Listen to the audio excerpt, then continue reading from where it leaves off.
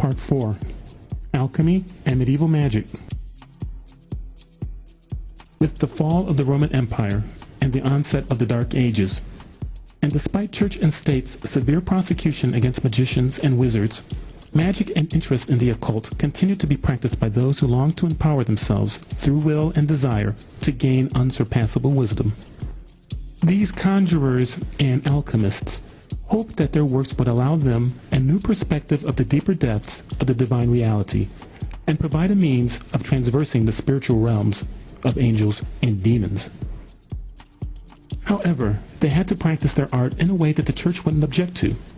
So they came up with natural magic, or white magic that was good and existent in all things natural, as opposed to black magic, which was the devil's work, and as such, they would never do. Magical texts called grimoires were used to conjure demons to do a wizard's bidding. We have already seen in the earlier chapters how ritual magic was used to gain power over spiritual forces. Thus the grimoires were continuing the ancient tradition of empowerment through incantation. The grimoires flourished between the 13th and 17th centuries and were famous for containing spells that were devoted to achieving magical powers, health, or the love of women. The medieval grimoires were crude and confusing books compared to the classical grimoires of ancient Egypt and Mesopotamia. But luckily, there existed more advanced grimoires thanks to the Arabian, Moorish, and Hebrew mystery traditions.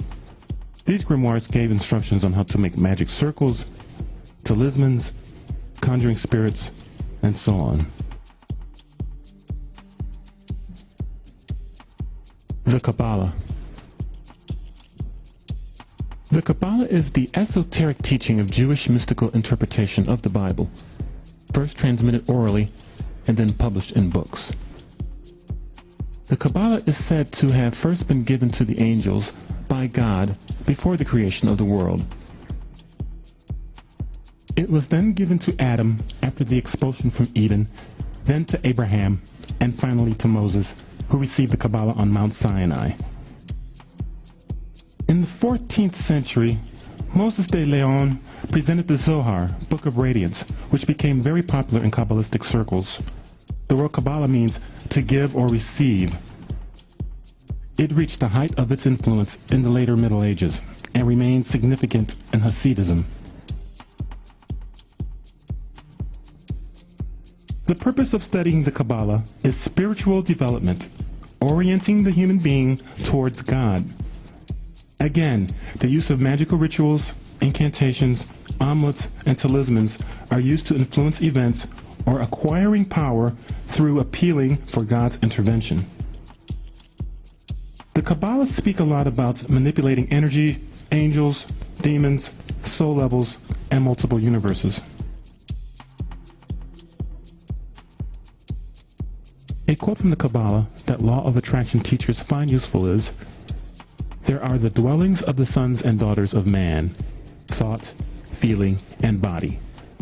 When the three become one, you will say to this mountain, 'Move,' and the mountain will move." The seeking of spiritual development, attaining higher consciousness, and connecting to other realities are some of the fields of study for the Kabbalists, which tie in nicely with the general bent of modern New Age metaphysics.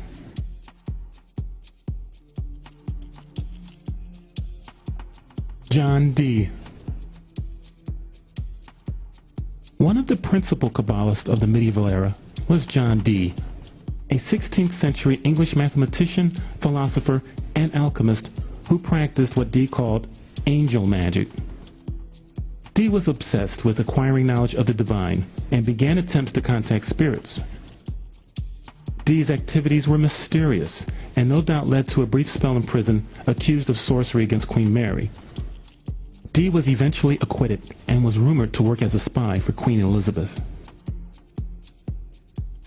Dee began to experience visions and dreams and wrote in his diary that he finally managed to contact angels in 1581. With the help of a crystal and seer Edward Kelly, who was rumored to have dug up a corpse to practice necromancy as well as being a charlatan, Dee was able to write down in his diary what Kelly said the angels were telling him. Dee and Kelly were given information by the angels about conjurations, words of power, the names of God, and the language of the angels, which the angels called Enochian. The angels promised Dee that they would grant him the ultimate knowledge of the divine, and soon Dee and Kelly traveled Europe conducting experimental angel magic amidst rumors that the pair were excellent alchemists who possessed the ability to transmute base metal into gold. The angels gave to Dee the revelation of a complex system of Enochian magic, a version later used by Aleister Crowley and modern occultists to this day. But the promise of the angels to grant Dee divine knowledge of the divine plan remained unfulfilled. Dee's alchemical and angelic adventures eventually rendered him penniless, and he died in poverty, a disappointed man.